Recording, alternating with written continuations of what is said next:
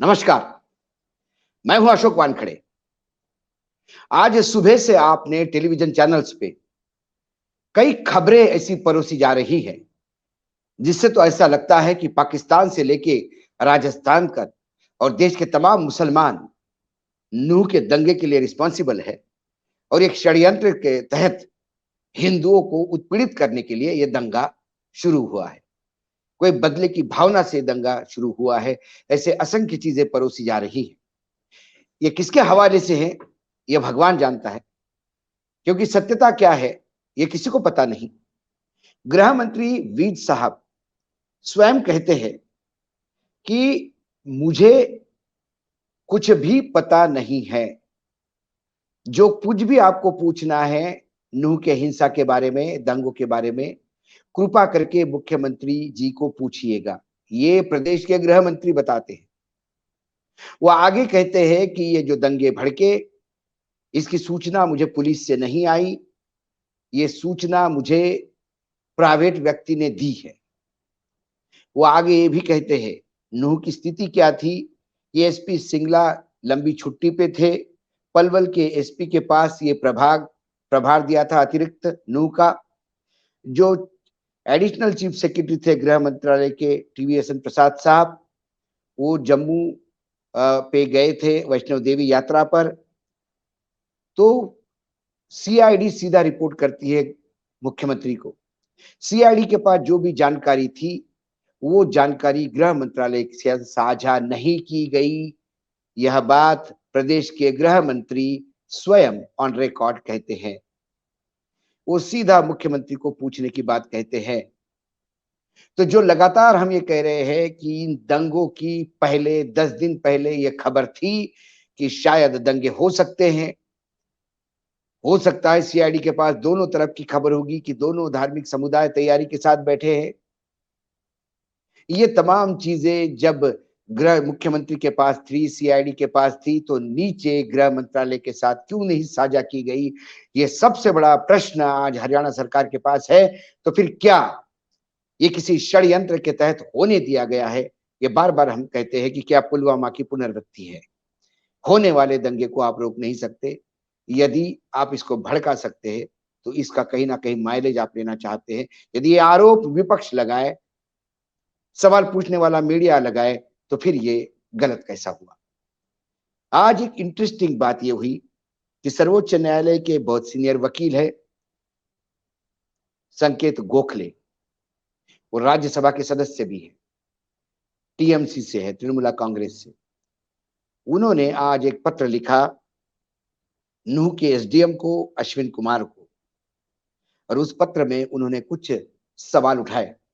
सवाल निहायत गंभीर है और उसके जवाब यदि आएंगे तो समझ में आएगा कि सरकार की मनीषा क्या है और वाकई जो हो रहा है वो सच्चाई के किसी खोजबीन के बाद हो रहा है या फिर ऐसे ही हिंदू मुसलमान करने का एक प्रयास है। उन्होंने कुछ प्रश्न पूछे। उन्होंने ये प्रश्न पूछा कि सरकार को जो लगातार बुलडोजर का एक्शन सरकार कर रही है, बुलडोजर के तहत सरकार क्या क्या कर रही है, ये भी मैं आपको डिटेल में बताऊंगा।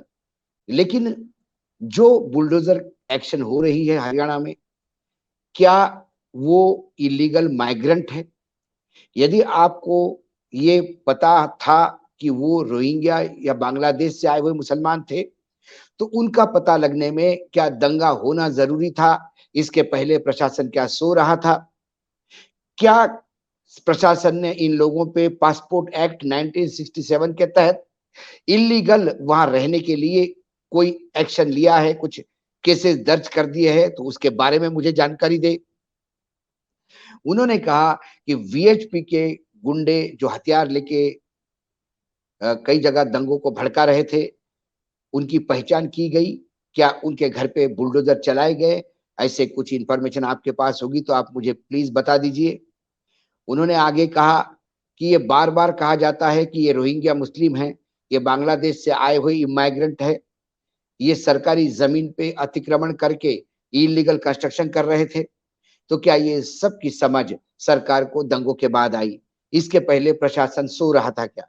नूह में यदि सरकारी भूमि पे मुस्लिम अतिक्रमण करते हैं, बाहर के लोग अतिक्रमण करते हैं, तो सरकार क्या कर रही थी? ये सवाल बहुत वाजबी है।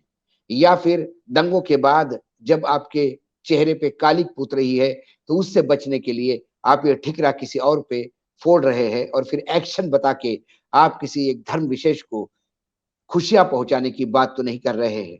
सवाल ये है। आगे वो कहते हैं कि मेरे पास कंफर्म खबर है, क्योंकि वो बंगाल से राज्यसभा के सदस्य है और उन्हें अधिकार है कि अपने के जो बंगाल के जो लोग हैं उनका प्रोटेक्शन करने का। वो आगे कहते हैं कि मेरे पास ये कंफर्म खबर है कि जो लोग वहां पे रह रहे हैं वो बांग्लादेश के नहीं, वो पश्चिम बंगाल के लोग हैं, मेरे प्रदेश के लोग हैं। वो नूह में काम करने के लिए आते हैं। तो क्या बांग्लादेशी मुसलमान बोल के आप पश्चिम बंगाल के मुसलमानों का ही दमन कर रहे हैं? क्योंकि पश्चिम बंगाल में मुसलमानों ने आपको साथ नहीं दिया, आपको मुंह की खानी पड़ी। कहीं वो बदला तो यहाँ नहीं लिया जा रहा है? ऐसे कई सवाल है जिसके जवाब प्रशासन को देने हैं। उन्होंने 48 घंटे के अंदर प्रशासन से जवाब मांगे। मैं जितना प्रशासन को जानता हूँ और जितना मैं खासकर एनडीए सरकार की इस डबल इंजन सरकार को जानता हूँ, वो इतने बेशरम हो चुके हैं कि कहीं भी ऐसे सवालों के जवाब देना वो उचित नहीं समझते। क्या हुआ? जब दंगे हुए तो शुक्रवार को 25 दुकानें और 250 झुग्गी झोपड़ी रोहिंग्या की है करके उसके ऊपर बुलडोजर चलाए गए। शनिवार को नल्हन रोड पर 30 मकान और दुकानें गिराई गई। अवैध निर्माण बता के इसको गिराया गया। उसके बाद एक बड़ा होटल गिराया गया ये बोल के कि वो इलीगल था और अतिक्रमण में बना हुआ था और उसी के छत से पथराव हुआ।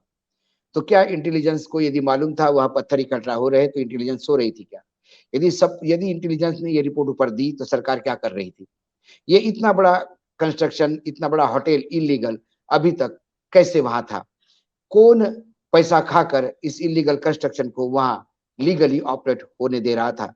ऐसे कई सवाल हैं। या फिर ये इलीगल था ही नहीं, बाद में जब कोर्ट में केस चलेगा तो पता पड़ेगा कि इलीगल नहीं था। सरकार ने अभी इस मामले को पूरा फोकस चेंज करने के लिए तो ये किया नहीं। ऐसे कई सवाल है जिसके जवाब सरकार को देने हैं। बिट्टू बजरंगी पर एक एफआईआर दर्ज हुई।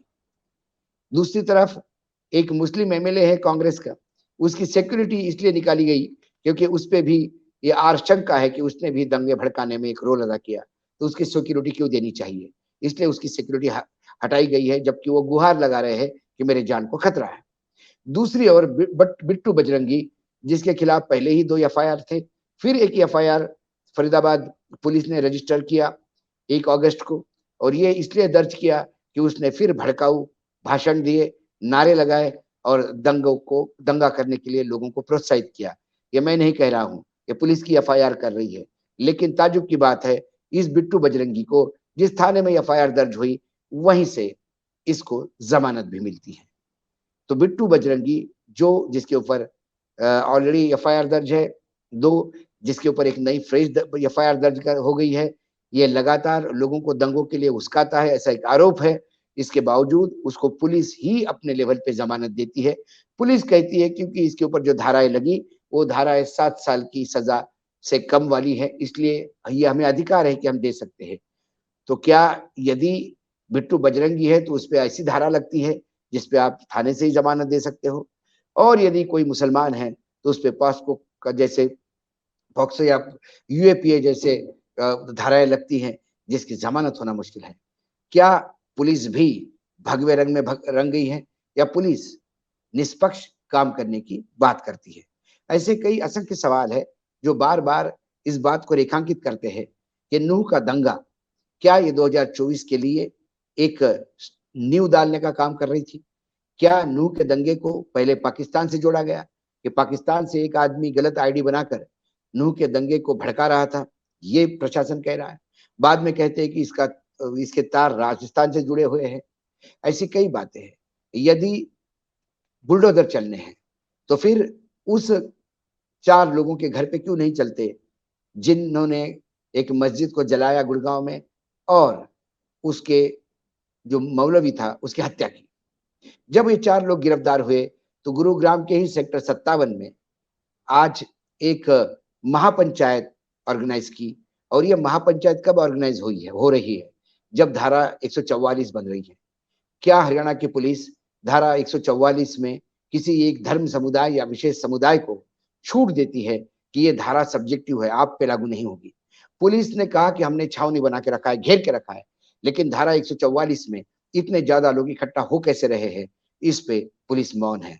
और आज जो वहां पे महापंचायत हुई, उस महापंचायत ने एक ऐलान किया कि ये मस्जिद जलाने के लिए जो 4 लोग और उस हत्या के लिए जो 4 आरोपित पकड़े गए हैं, उसको जल्दी छोड़ देना चाहिए।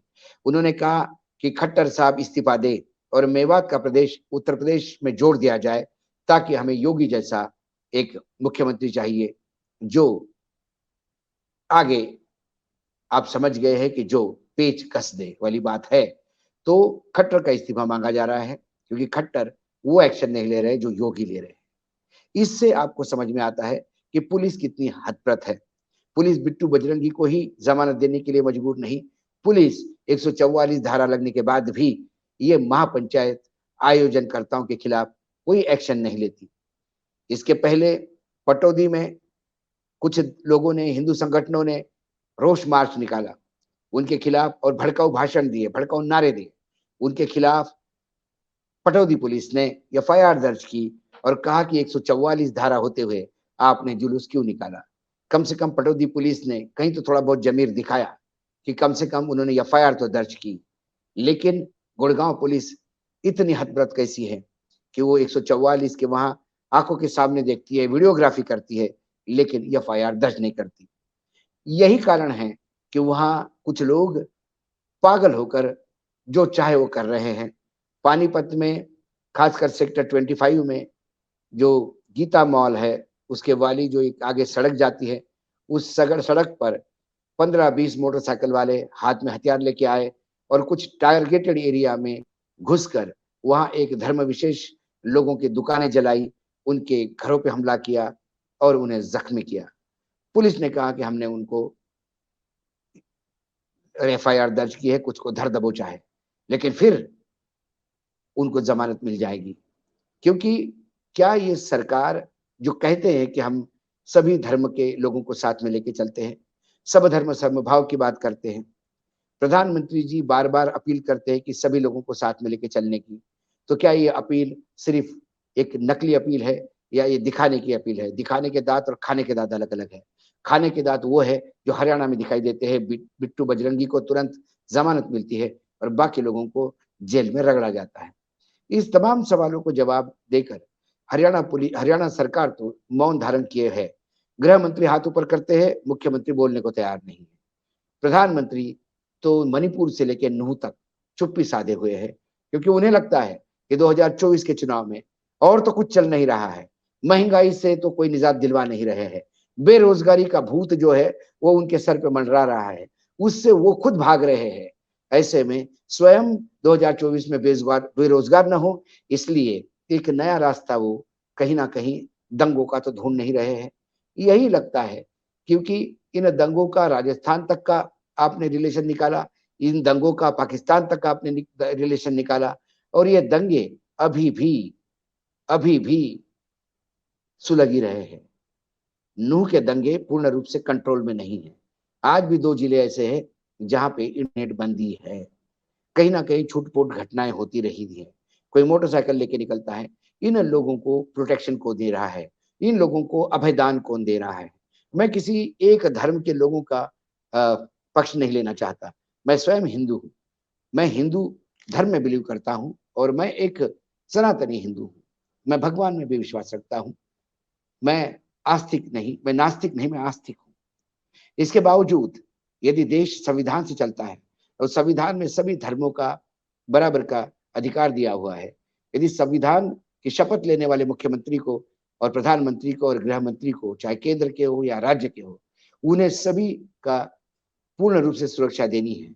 ऐसे में यदि मुख्यमंत्री कहे कि पुलिस सबको सुरक्षा नहीं दे सकती, तो ऐसे मुख्यमंत्री का क्या करना चाहिए? यदि राज्य का गृह मंत्री कहे कि मुझे खुफिया जानकारी ही नहीं मिलती, तो क्या ये एक षड्यंत्र के तहत किया गया है? इसका जवाब तो मुख्यमंत्री जी को देना होगा। मैं बार बार इस चीज को रिपीट कर रहा हूं, क्योंकि शायद ऐसी अराजकता देश आजाद होने के बाद पहली बार दिखाई दे रही है कि एक मुख्यमंत्री और गृह मंत्री के बीच में ही संवाद नहीं है। ऐसी मुझे अराजकता मणिपुर को लेके जिन जिन लोगों से मेरी बातचीत हुई है, वो कहते हैं कि प्रधानमंत्री को हम इसके लिए जिम्मेदार नहीं मानते, क्योंकि बहुत सारी चीजें प्रधानमंत्री जी को पता ही नहीं थी। यदि प्रधानमंत्री जी को ये सारी बातें पता नहीं थी, तो प्रधानमंत्री जी को जो सूचनाएं कोई जगह से मिलती हैं, यदि वो उन्होंने टैली की होती, या प्रधानमंत्री का एक कुनबा प्रधानमंत्री को घेर के हमेशा उनको मिस इन्फॉर्मेशन देता है, गलत जानकारी दे रहा है, और जब आज मणिपुर इतना बड़ा नासूर बन चुका है, तो क्या प्रधानमंत्री जी उन लोगों पे एक्शन लेंगे? क्या आज मुख्यमंत्री अपने गृह मंत्री पे एक्शन लेंगे? ये बोलने के लिए कि खुफिया एजेंसियों ने जो जांच एजेंसियों ने या खुफिया एजेंसी के पास जो सूचनाएं थी दंगों की, वो गृह मंत्रालय के साथ साझा नहीं की, इसलिए ये दंगे इतने आउट ऑफ कंट्रोल गए। क्या ये गृह मंत्री का वक्तव्य ये सेल्फ एक्सेप्टेंस नहीं है कि हाँ हुजूर, गलती हमारी थी, कहीं ना कहीं हम ही कमजोर पड़ गए इन दंगों के लिए? क्या ये सरकार की जानबूझ के किए गए होने दिए होने दिए गए दंगों के लिए तो सरकार अपने आप को गिल्टी मानती है? गृह मंत्री तो कम से कम गिल्टी मानते हुए दिखाई देते हैं, क्या मुख्यमंत्री मानते हैं? ये जो पत्र गोखले जी ने लिखा, ये पत्र बहुत सारी चीजों को प्रश्न जो है वो कई राज्यों में, जो ये बुलडोजर कभी मध्य प्रदेश में चलते हैं, कभी उत्तर प्रदेश में चलते हैं, कभी राजस्थान, अभी वहां पे हरियाणा में चल रहे हैं। ये जो बुलडोजर संस्कृति है, क्या इस पे कहीं फुल स्टॉप लगेगा? यदि ये इतने दिनों तक इलीगल है, तो क्या किसी भी चीज को इलीगल घोषित करने के लिए वहां दंगा होना जरूरी है? वहां दो धर्मों के बीच में दंगा होने के बाद ही सरकार को समझ में आता है कि ये गैर कानूनी हुआ है। लेकिन यदि जितनी जानकारी मेरे पास है और जितना मैं प्रैक्टिकल चीजों को देखता हूं, कोई भी इलीगल कंस्ट्रक्शन शुरू करता है तो पहले लोकल पुलिस, लोकल एडमिनिस्ट्रेशन को कॉन्फ्रेंस में लेता है, उन्हें उनका चढ़ावा पहुंचाया जाता है, उसके बाद वो कंस्ट्रक्शन बन के अपना काम शुरू करता है, और उसका भी चढ़ावा हर मन चढ़ता है। ये चढ़ावा चढ़ रहा था, सब कुछ ठीक चल रहा था। अब आपको दंगे के लिए दोषी पकड़ना है, तो आप बुलडोजर चलाकर कहीं न कहीं फोकस चेंज कर रहे हैं। लेकिन इस देश में न्यायपालिका है। जब ये केसेस कोर्ट में जाएँगे, जब ये एफआईआर कोर्ट में जाएँगे, चार्जशीट कोर्ट में फाइल होंगी, तब दूध का दूध, पानी का पानी होगा। लेकिन उसके लिए बहुत समय लगता है। हमारे यहाँ कोर्ट का क्या हाल है हमने देखा है। हर चीज़ राहुल गांधी की केसेस नहीं होते कि मतलब एक 8 दिन में, 5 दिन में, 15 दिन में जिसका फैसला हो। ये लोअर कोर्ट से हाई कोर्ट, हाई कोर्ट से सुप्रीम कोर्ट आते-आते बहुत समय लगता है।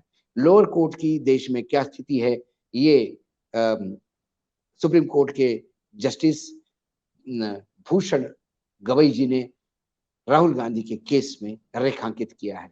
ऐसे में लोअर कोर्ट में क्या इस बुलडोजर संस्कृति को रोका जाएगा? यदि वहां से ग्रीन सिग्नल मिलता है, तो क्या हाई कोर्ट कुछ एक्शन लेगा? ये तो सर्वोच्च न्यायालय तो है ही।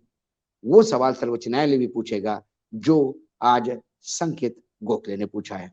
संकेत गोखले टीएमसी के हैं। हो सकता है कि विरोधी पार्टी के होने की वजह से लोगों को लगेगा कि ये उनके आरोप करना उनका काम है। लेकिन यदि पश्चिम बंगाल के मुसलमान हरियाणा में हैं, और यदि उनको बंगाली यानी बांग्लादेशी बोला जाता है, तो फिर ये बहुत बड़ा अपराध है। क्योंकि इस देश के नागरिक को विदेशी बताना, ये बहुत बड़ी भूल सरकार कर रही है। यदि कल इन तथाकथित रोहिंग्या मुसलमान या बांग्लादेशी मुसलमान सरकार प्रूव नहीं कर पाई, तो सरकार क्या बताएगी? क्या सरकार अपने ही देशवासियों के खिलाफ दमन की राजनीति करती है, क्योंकि एक धर्म विशेष की है? फिर आज इस बात पे सवाल उठता है कि संघ चालक जो पक्ष माने पितृ संगठन है भारतीय जनता पार्टी का, बजरंग दल का, वीएचपी का, वो जब ये कहते हैं कि इस देश का मुसलमानों का डीएनए हमारा है, जब वो कहते हैं कि देश में मुसलमान भी अनिवार्य है, तो फिर क्या वो सिर्फ बोलने के लिए बोल रहे हैं या दिल से बोल रहे हैं? यदि वो दिल से बोल रहे होते, तो फिर संघ चालक जो सुप्रीमो है मोहन भागवत, उनके वक्तव्यों का मजाक उड़ाने की औकात मुख्यमंत्री की तो कम से कम नहीं हो सकती। या इस मुख्यमंत्री को प्रधानमंत्री की शह है, या केंद्र सरकार के डबल इंजन की ये डबल गारंटी है कि तुम जो चाहे वो करो, हम तुम्हारे साथ हैं। आज हमें डबल गारंटी सुरक्षा की चाहिए, हमें डबल गारंटी हिंदू मुसलमान करने की नहीं चाहिए। ये देश तय करेगा देश को क्या चाहिए। आज कुछ चीजें मैंने पढ़ी, कुछ चीजें सूचनाएं मेरे पास थी, कुछ पत्र मेरे पास थे, कुछ लोगों से मेरी व्यक्तिगत रूप से उस क्षेत्र में जहाँ दंगा हुए वहां बात हुई है, उन सब बातों का निचोड़ करके आज रविवार के दिन मैं आपके सामने प्रस्तुत हुआ हूं। मैं आपके सामने जो मैंने चीजें परोसी वो कुछ सवाल है, कुछ सच्चाई है। बाकी इसका आकलन करना, इसका विश्लेषण करना ये दर्शकों के हाथ में है। आज इतना ही, फिर आता हूं किसी विषय के साथ। तब तक के लिए नमस्कार।